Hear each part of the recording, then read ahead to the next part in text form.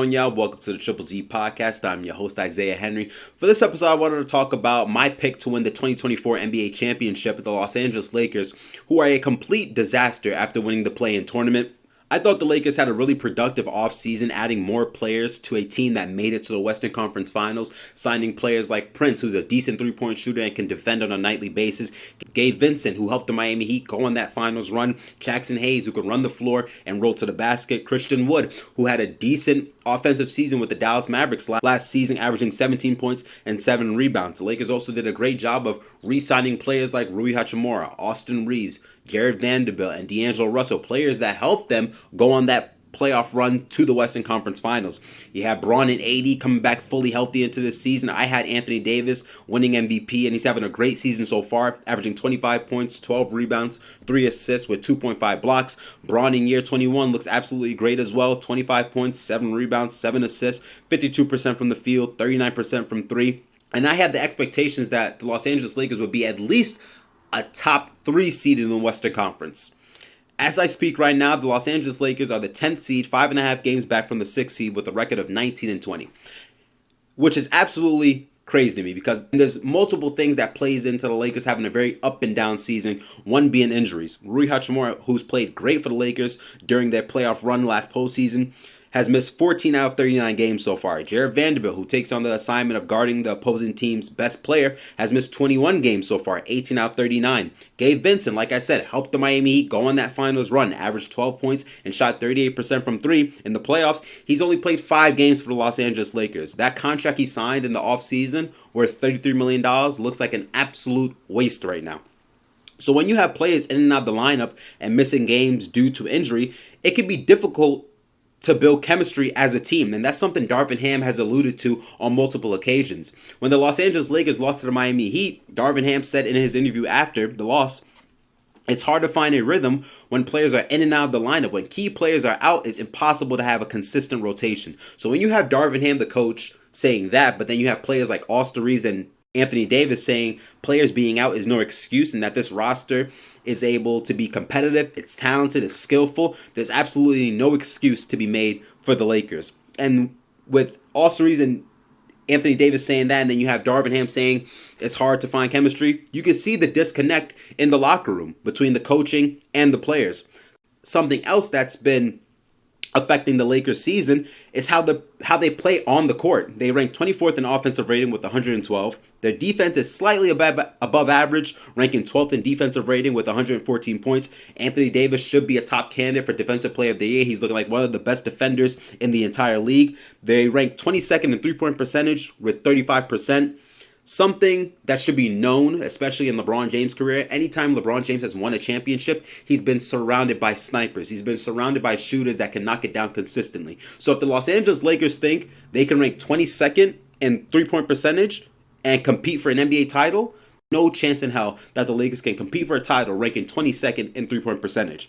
Another thing that really bothers me about the Lakers as well is how they start the first quarter. If you watch the Los Angeles Lakers play in the first quarter, you know that it's a fact that it's almost guaranteed that they're going to be down by double digits. It's almost guaranteed. They'll be down by 10 to 15 points. Then they go on their little run. They exert so much energy to tie the game, but then when it's time to extend the lead, they kind of fold over. Now, granted, there have been times where the Los Angeles Lakers were down by double digits. They captured the lead and then took off the win. LeBron played great down the stretch as well as Anthony Davis. But for majority of their games, especially in the first quarter, where you're really supposed to set the tone for the game, the Los Angeles Lakers are one of the worst teams in the first quarter.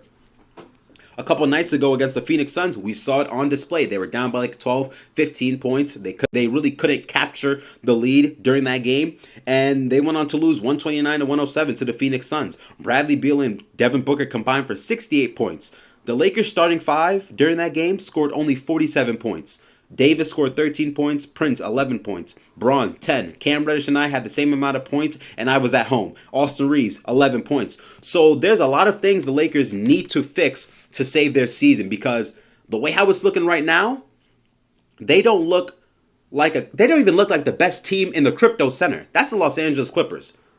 The Clippers are absolutely the best team in the crypto centers. Now, granted, I know the Lakers have much bigger history than the Clippers, but as of right now, Kawhi Leonard, James Harden, Russell Westbrook, Paul George, Tyronn Lue, Zubac, they're all doing great for the Clippers. They're holding the Clippers to a high standard in the Western Conference. And then when you look at the Lakers, it's an absolute abomination. And I know the trading deadline's around the corner. We've definitely heard all the rumors. Zach LaVine, and then the most current rumor is DeJounte Murray. I think the Lakers want to make moves. I think they want to add new people to their roster. I just don't think they can afford to make moves. Their only leverage is Austin Reeves, but there's been multiple reports that the Lakers aren't looking to trade Austin Reeves. They're not looking to put him in any kind of conversations about trading him. So I don't know how the Lakers are going to make any moves if they're not willing to give up their best asset in Austin Reeves, because he's the most promising player, honestly. Because if you look at players like Cam Reddish, Jackson Hayes, Gabe Vincent, I mean, I don't even know what to say about those players. I really don't, because they haven't done anything to help the Lakers at all. They really haven't, if you really want to talk about it. Now, Cam Reddish, he's played some great defense on the perimeter, but for majorities, for him to be a starter on the Lakers, it shouldn't even be a thing. It shouldn't even be a discussion. So I think the Lakers have to make any necessary move. If that means giving up Austin Reeves, who's my favorite player in the league, go for it to improve your roster. Because if you really want to think about it, the playoffs ain't too far away. I know it's in May and June, but it's down the line. So the Lakers need to make necessary moves in order to improve their roster. I don't care if you have to get Bronny or Bryce on the Lakers. Make a move. Something needs to change for the Los Angeles Lakers. I don't think this whole notion about firing Darvin Ham, that's not going to solve anything, because we were all cheering Darvin Ham on when he was helping us get to the Western Conference Finals. So now when hits the fan, now we want to say, oh, we got to get rid of Darvin Ham. I mean, I kind of agree with Darvin Ham. Like, it's hard to find consistency when you have multiple players in and out of the lineup. It's difficult. It really is difficult. So for fans really to have this notion that, oh, we got to get rid of Darvin Ham. All right, that still doesn't solve the problems of the Lakers having injuries, dealing with injuries. That doesn't solve anything. 2 + 2 is 4. It's pretty obvious that there's still players injured for the Los Angeles Lakers. So for the Lakers, if they want to change their season, if they want to turn it and flip a script, changes need to be made. Add some more shooters you can rely on. Add some more defenders. I don't know. Add somebody. But like I said, if the Lakers want to make some moves, if they really want to be a top contender in the Western Conference, and it's looking absolutely stacked in the Western Conference, especially with teams like Minnesota, OKC, Nuggets are playing great basketball. The Clippers are playing fantastic basketball. So, and then it looks like the Suns are starting to get it going, especially with all their players, Kevin Durant, Devin Booker, and Bradley Beal being healthy. It looks like they're starting to get something going as well. So the Lakers, if they don't make some moves soon, they're going to be in trouble. And then we're probably going to be having talks about them being in the play-in, which I don't want to go through that process again. I really don't. The Los Angeles Lakers should not be in no damn playing game when you have two arguably top 10 players in Anthony Davis and LeBron James. And if the Lakers have to play in the playing game, that means LeBron has to play extended games, which you don't want for somebody that's 39 years of age. I mean, it's pretty much that simple. So, trading deadline's right around the corner. Whatever you got to give up, an arm and a leg, whatever has to be, just do it. I don't care what it is. Just make a move that can help this Los Angeles Lakers squad better.